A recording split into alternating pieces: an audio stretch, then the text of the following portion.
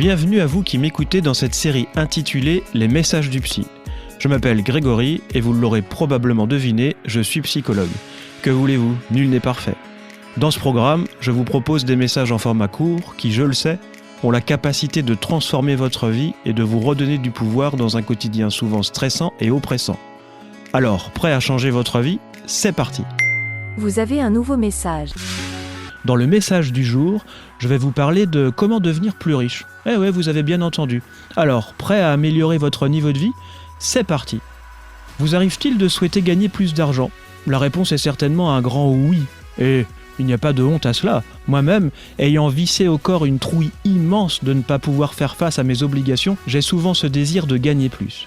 Mais qu'est-ce que je veux au fond à travers le fait de gagner plus ? Bien sûr, comme vous, payer mes factures, rembourser mes prêts, m'acheter à manger, élever mes enfants, et s'il en reste, offrir à ceux qui m'entourent et à moi-même des bonus. Mon objectif ultime est ainsi d'assurer d'une part ma subsistance et celle de mes proches, donc mon sentiment de sécurité, et d'autre part de me faire plaisir et atteindre une forme d'épanouissement.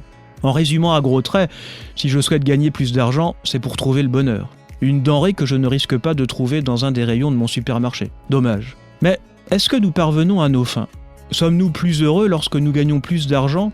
Notre bonheur augmente-t-il avec la croissance de nos revenus ? Si vous regardez vos vies, vous verrez que cela n'est pas si certain. Pour en apprendre davantage sur le lien qui existe entre le bonheur et l'argent, je vous propose un petit détour par la psychologie positive, une discipline qui étudie scientifiquement ce qui nous rend heureux. Que nous dit-elle à propos de l'argent ? Premièrement, que les personnes vivant dans les pays riches sont globalement plus heureuses que les personnes des pays pauvres. Jusque-là, personne ne tombe de sa chaise d'étonnement tant cela semble logique. Pourtant, le second enseignement de la psychologie positive nous montre qu'il existe des pays pauvres où l'on est aussi heureux que dans les pays riches. Il est d'ailleurs intéressant de noter qu'en 2024, année d'enregistrement de ce message, parmi les 10 pays les plus riches du monde, aucun ne fait partie du classement des 10 pays les plus heureux au monde. Cela laisse songeur, puisque si l'argent augmente le bonheur, pourquoi les 10 pays les plus riches ne sont-ils pas aussi les plus heureux ? Bizarre, non ? La dernière découverte de la psychologie positive permet de mieux comprendre ce qui se passe. Le hic réside dans le fait qu'augmenter les revenus d'un individu n'équivaut pas systématiquement à augmenter son niveau de bonheur. En fait, cela va dépendre d'un autre paramètre, son état d'esprit, et notamment ses stratégies psychologiques pour atteindre le bonheur. Je m'explique. Si ces stratégies sont la recherche du profit, l'accumulation des biens et la reconnaissance sociale, une personne aura moins de chances d'être plus heureuse si ses revenus augmentent qu'une personne dont les stratégies visent la connexion aux autres et la réalisation de soi. Et voilà qu'on assiste en direct à la naissance d'un paradoxe très présent dans les sociétés occidentales.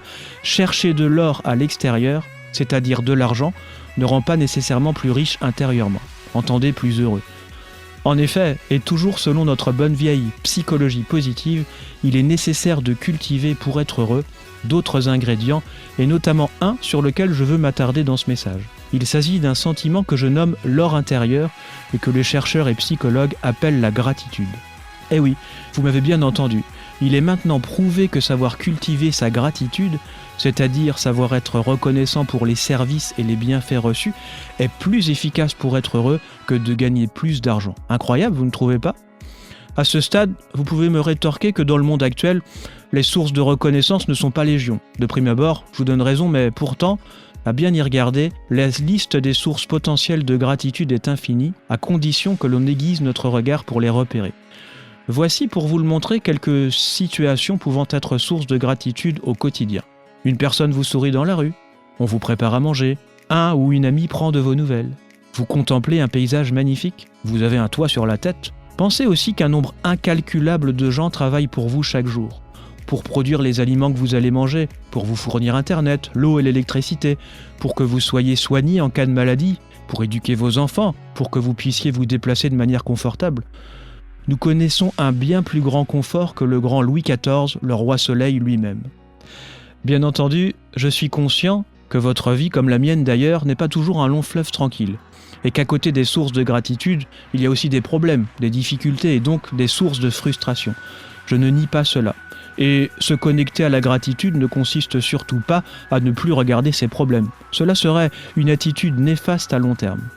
Ne pas voir et affronter les difficultés équivaut à les laisser s'installer et grandir.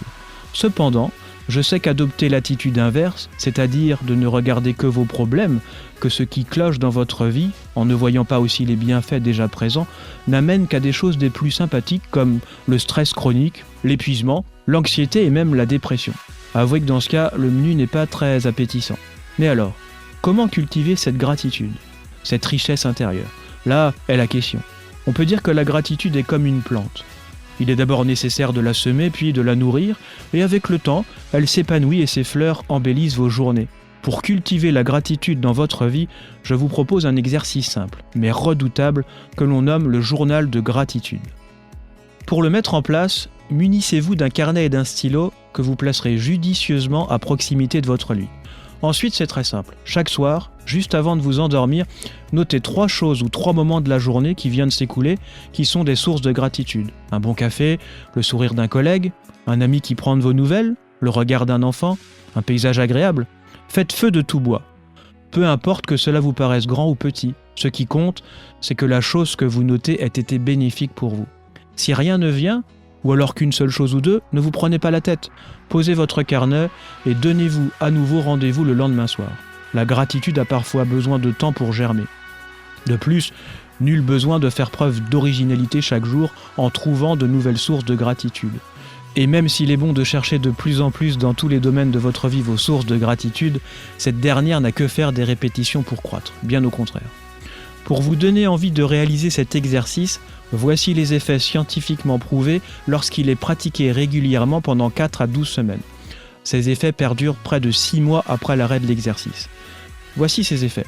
Une amélioration de la qualité et de la quantité du sommeil, une réduction de la tension artérielle, une diminution des maux de tête et des douleurs dans le dos, une réduction des ruminations négatives et des pensées suicidaires, une amélioration du fonctionnement cardiaque, une plus grande facilité à être en relation avec les autres, un boost de l'estime de soi et de la confiance en soi, et même une augmentation de l'espérance de vie.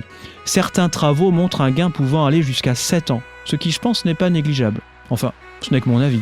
Enfin, s'il est vrai que la gratitude ne paye pas les factures, et que si vous proposez à votre boulanger de régler votre baguette avec votre gratitude éternelle, il risque de tiquer un peu. Sachez toutefois que cultiver la gratitude a un effet positif sur l'état de vos finances. Ainsi, la science nous dit que ceux qui font fructifier leur compte de gratitude se comparent moins aux autres et dépensent donc moins par souci d'améliorer leur image et leur style de vie.